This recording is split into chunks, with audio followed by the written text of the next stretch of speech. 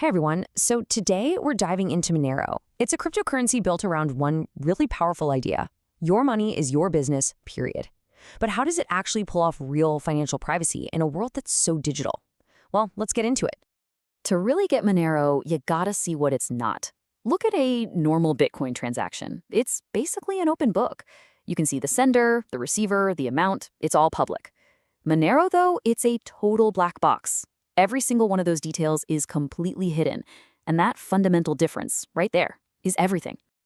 And that brings us to one of the biggest misconceptions in crypto. So many people think cryptocurrencies are anonymous by default, but for most of them, that's just not true. Think about it. Most blockchains, like Bitcoins, are public ledgers. Yeah, your real name isn't on there, but your wallet address is, and every single transaction can be traced. So if most crypto is designed to be public, where do you go if you actually want privacy? Well, that's the exact problem Monero was built to solve from the very beginning. It's why it earned that nickname, crypto's digital cash.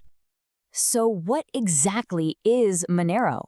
It's a cryptocurrency where privacy isn't some setting you have to turn on. It's the default. It's built in.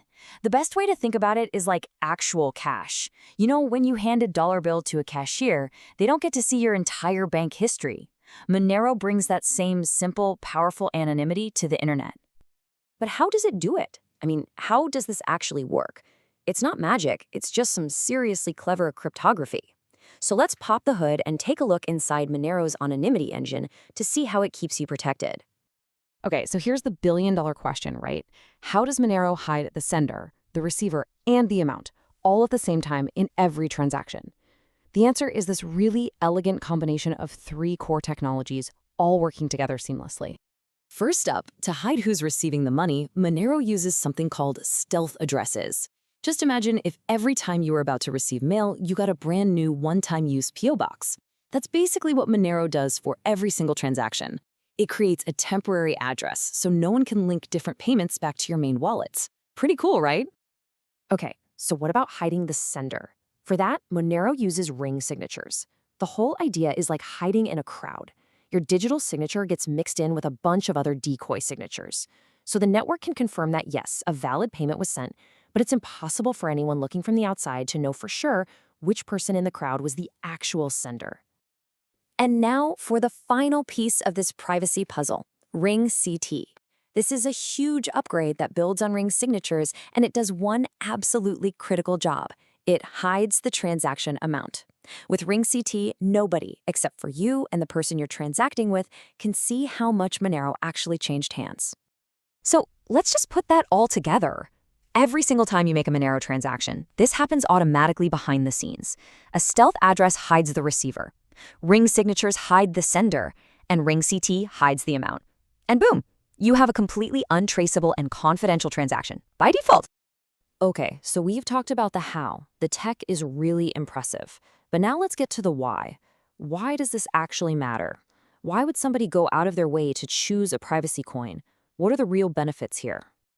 Well, the biggest one is obviously privacy. But that privacy leads to something else that's absolutely crucial. Fungibility. It's a fancy word that just means every Monero coin is the same as every other one. It's interchangeable, just like a dollar bill. You see, with Bitcoin, a coin can have a tainted history, and some exchanges might reject it. With Monero, every coin is clean. Add in super low fees and rock-solid security, and you start to see why it's so appealing. But look, with this level of privacy, you're obviously going to get some extra scrutiny. It's really important to have a balanced view here, because Monero's greatest features also create some unique challenges and risks we have to talk about. And what's so fascinating is how Monero's biggest strengths are directly tied to its challenges. That complete privacy, it attracts pressure from regulators and causes some exchanges to delist it. That powerful anonymity, it can get unfairly linked with illicit activities in the public mind. And the lack of transparency makes things like large-scale audits really tricky. And of course, on top of all that, it's a crypto asset, so it's volatile. So when you step back and look at the whole picture, the technology, the benefits, and the risks, where does Monero fit in? What's its real role in our world, which is becoming more digital by the second? I think this quote really gets to the very heart of the Monero philosophy. It's not just about hiding for the sake of hiding. It's about having a choice. It's about giving people control over their own financial information, what they share, and who they share it with.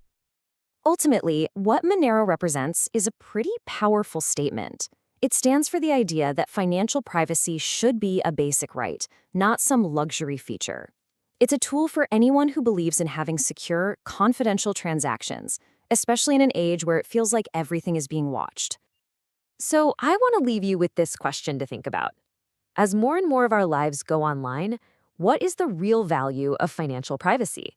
Is it just a niche feature for a few, or is it an essential right for a society that wants to stay free and open? Thanks for tuning in.